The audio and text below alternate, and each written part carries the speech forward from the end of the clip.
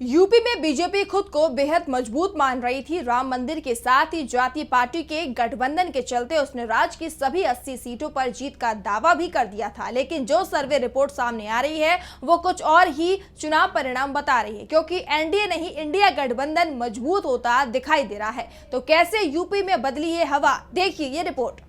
UP में पहले चरण की वोटिंग के लिए अब 10 दिन से भी कम का वक्त बचा है। चुनाव की तारीखें करीब आते आते राज्य में बीजेपी की बेचैनी बढ़ने लगी है, क्योंकि इंडिया गठबंधन यहां तेजी से मजबूत हो रहा है। एक सप्ताह में ही इंडिया गठबंधन के पक्ष में 4% से ज्यादा वोटरों के रुझान बढ़ गए हैं। सी वोटर से एक सप्ताह पहले जब सर्वे कराया गया था तो इंडिया गठबंधन के पक्ष में 36% वोट जाते हुए दिखाई दे रहे थे। वहीं अब जो ताजा सर्वे सामने आया है उसमें इंडिया गठबंधन को मिलने वाले वोट की संख्या 40% हो गई है। इस दौरान बीएसपी का वोट 1% कम हो गया है। पहले बीएसपी के खाते में 7% वोट जाते दिख रहे थे, जो घटकर 1% हो गया है।